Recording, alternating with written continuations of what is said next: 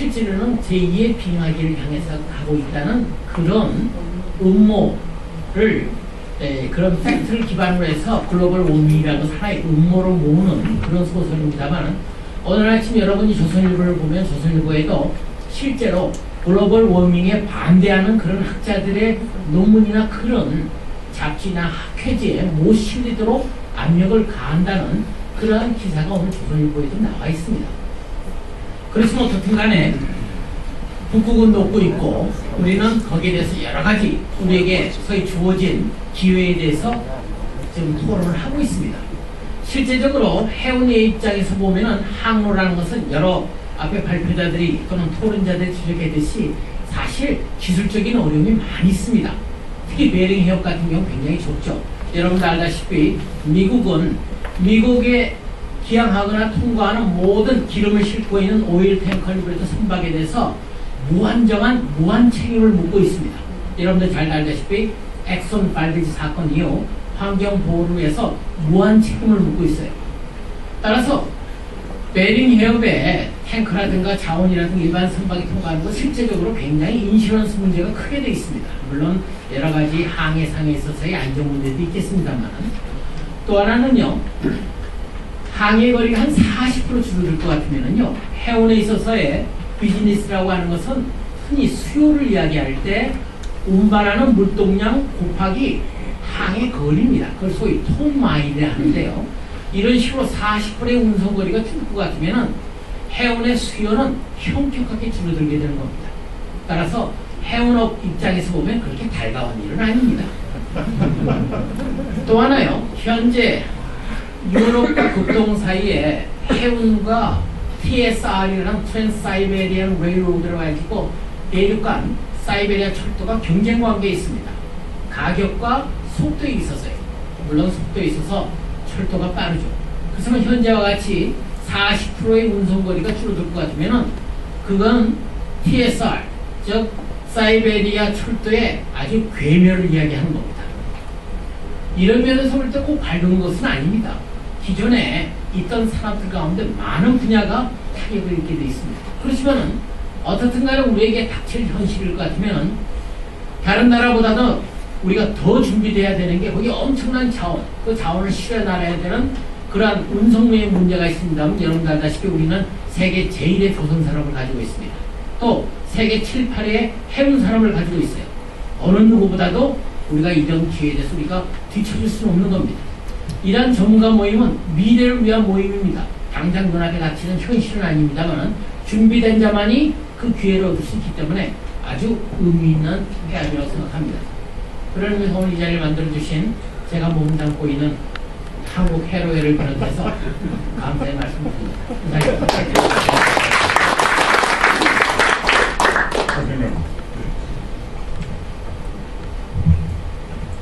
네, 안녕하십니까. 동아일보의 방영남 눈설위원입니다. 우리가 관심을 가져야 되고 가봐야 될 곳이 북극, 남극, 심지어 우주에 이르기까지 우리가 관심을 많이 기울여야 되는데 이것은 정부뿐만이 아니라 이런 모임을 주도하는 전문가, 학계뿐만 아니라 일반 국민들까지 관심을 기울여야 될 사안이라고 생각합니다. 우리가 또 경제력이 상당히 이제 커졌기 때문에 과거에는 이런 데 관심을 못 기울였지만 앞으로는 이런 데 관심을 기울여야 되겠다 하는 그런 공감대도 어느 정도 형성되어 있기 때문에 우리가 어떻게 보면 국력을 기울여서 관심을 기울여서 우리의 어떤 이익을 극대화하는 그런 방향으로 나아가야 된다고 평소에 생각을 하고 있었습니다.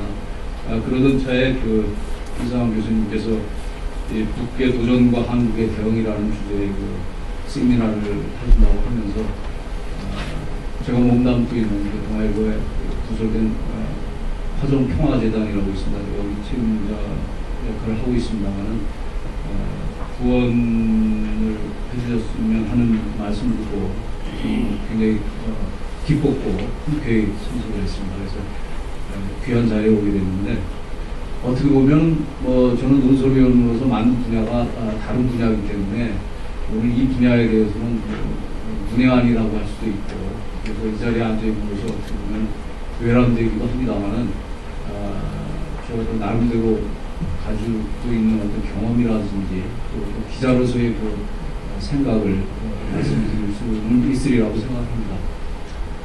제가 90년도에 91년도부터 96년도까지 프랑스 특파원으로 파리에 있으면서 프랑스가 바다에 대해서 생각하고 있는, 여기서 보면 뭐 바다나 뭐 북극이나 우리에게는 마찬가지라고 생각을 하는데 가지고 있는 그 프랑스가 바다에 대해서 가지고 있는 생각을 경험을 하면서 이 한국하고는 굉장히 다르구나 그런 느낌을 절감을 했습니다.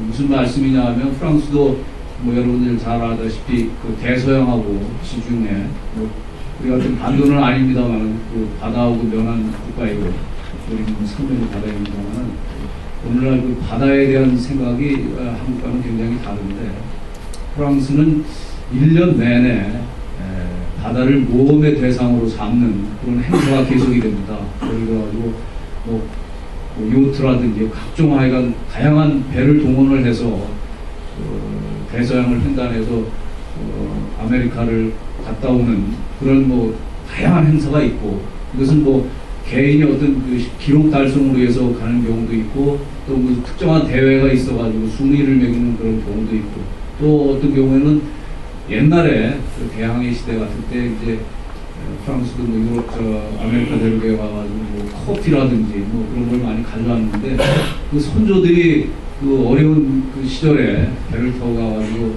그 대서양을 건너가지고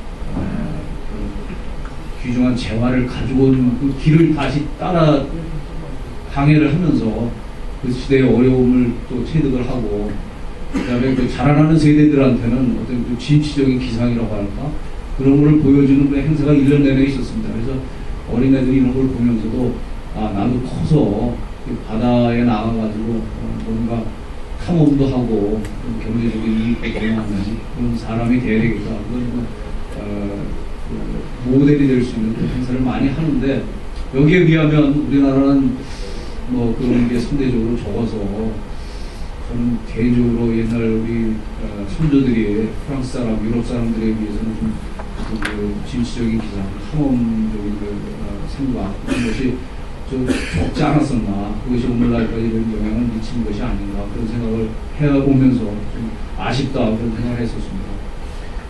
그 해양 바다에 대해서도 뭐 대표적인 그 인물이 이제 프랑스의 자쿠 쿠스토라는 분이 있었는데, 이분이 1997년에 작고를 하셨습니다만 프랑스에서는 캐피텐 쿠스토라고 해가지고 쿠스토 선장님이라고 해서 굉장히 유명한 분이었습니다. 그래서 물론 해양 그 탐험가고 뭐 다큐멘터리 제작가고 그런 분입니다만은 어떤 경제나 정치나 다른 문화 분야나 이렇게 통 풀어가지고 존경하는 인물을 뽑는 그 여론조사를 해도 이분이 거의 뭐 1, 2등을 차지하고 그렇게 존경을 받는 분이었는데, 이런 분들이 사실 그 97년에 돌아가긴 하셨습니다만 살아계실 때 그 젊은 세대들한테, 그리고 이건 물론 불란서 정부한테도 어떤 제시하는 그 가이드가 될 수 있었는데, 이런 분들이 있음으로 해서 프랑스가 선진국의 지위를 유지하는 것이 아니냐 그런 생각을 하는 분이었습니다. 그래서 우리도 그런 분들이 좀 나와야 되지 않느냐 앞으로는. 우리가 이제 북극이나 뭐 남극이나 다 우주나 관심을 가지고 있는데 뭐 정부라든지 뭐 그런 조직에서도 할 수 있습니다만은 이런 훌륭한 인물이 나와서 젊은 세대들한테 어떤 롤 모델이 되고 하면은 저희가 어떤 그 국민적 여론을 환기시키는데 크게 도움이 되지 않을까 그런 생각을 해봅니다.